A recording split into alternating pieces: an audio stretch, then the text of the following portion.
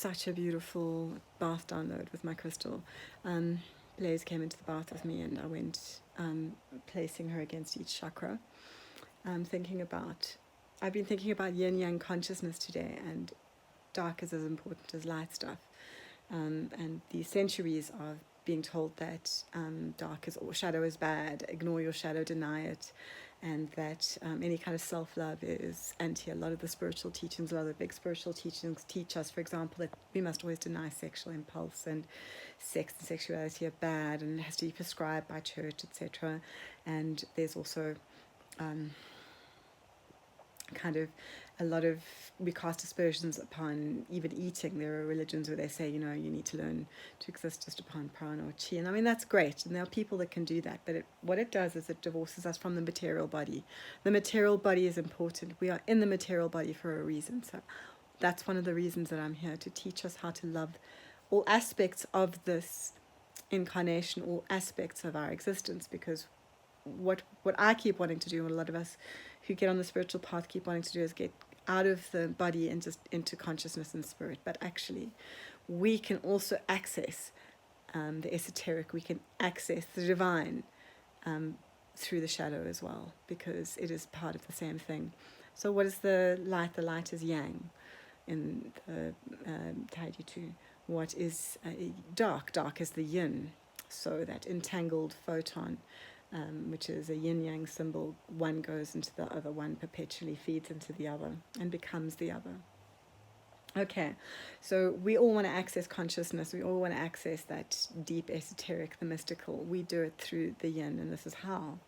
And we do it through the yin, we do it through, in my chakra scale and the way I perceive the torus, yang goes outside, out of the head upwards, and yin comes into the body and up. That would make sense. Okay, so we pierce the ether veil through, because how we are conceived is how the spark of life happens. So we pierce the ether veil of our body, and it's the divine masculine and divine feminine. It's the penis entering the vagina. I'm sorry to say it, it's as simple as that. This is the divine purpose. This is why everything's in a binary. And I know there are people that are on different paths on this binary, but for the main, this is how humanity has evolved, and this is the evolution with which we've spiritually evolved as well. So I'm speaking that language. Okay. And you come in through that veil, and it pierces the veil, the divine masculine pierces the divine feminine, and then the seed travels up, and the seed which we receive, women receive in our fallopian tubes, and there's a spark of life in the darkness of yin. We've done experiments to show that when the sperm hits the egg, there's a flash of light. So that's what happens. The spark of light happens. That's the light, and then it drops into the womb and it develops. It grows in that yin space, in the female space, like it's getting female hormones because it's inside a female body, even if it's a male baby. It's in this very yin female space. All love is directed into it. It does not know it exists. It only knows its mother's love. It only knows its mother's body. It doesn't have a sense of itself yet. It is, the two things are one. And it grows up into this yin. It comes up into the solar plexus. And when it's in the solar plexus, the fetus itself is now developing enough that it can exist outside of the world. It's starting to have thoughts and dreams. They've seen fetuses dreaming, babies dreaming, etc. Okay, so now it bursts out of the body. It comes out of the yin space for the first time into a yang space. The world is a yang space. It's light, it's everything. It's space.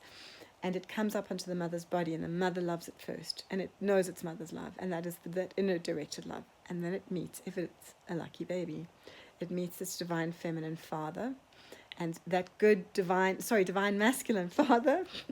That good divine masculine is one who loves and supports and cherishes and holds space and creates safety and community. Teaches that baby, and loves that baby. He is supposed to. Now the father loves externally, because the father hasn't had the yin experience of growing the baby inside its body. So his first experience of that love is meeting the baby in the world. And it isn't as instant as it is for a woman. It isn't as almost automatic as it is for women. And I know it's not automatic for all women. And I know it's not automatic for all men. But there's a biological stuff that's happening. Okay, so he loves the baby. He learns to love the baby. He teaches the baby. But his love is expansive, and it pushes outwards. A mother's love is not. A mother's love says, I love you, I love you, I love you, come here. I love you, little gooselings, come here. I will keep you safe, little babies, come here. The father does the opposite. The father says, I've taught you how to ride a bike, pushes you off. a good single mummy is able to step into her yang. That's so important. And I've got lots of amazing single mummy friends. And the ones that are the most successful are the ones that are able to cross that yin yang and be strong in their yang and be firm and be able to push and send out to explore. I mean, shout out, especially to my friend Kate, who has done such an amazing job modeling that. But anyway, digressing.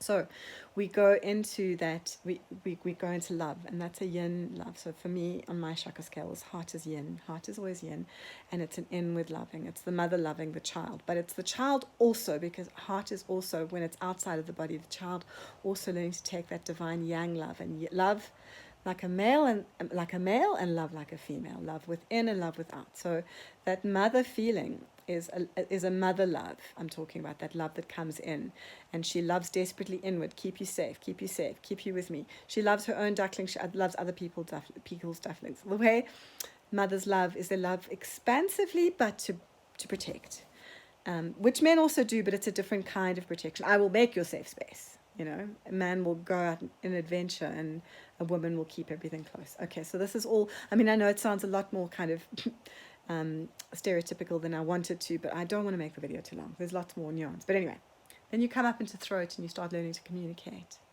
And you start learning how to take all this confusion from the body and the confusion of love and the small experiences that you've had. And you're very selfish at first because you're a child, but you're learning to speak. So you come up into here and you speak your words, and they are words that of learning. And you, as you grow and you learn, you're able to tell your story, what's happening for you. And we're here to share our lived experiences, so the talking and the communication is important. And we come up into our inner eye, into our brow chakra, and now we're able to see from within, and we can only see our own patterns. This is why third eye is yin. We can see our own patterns, our own ideas.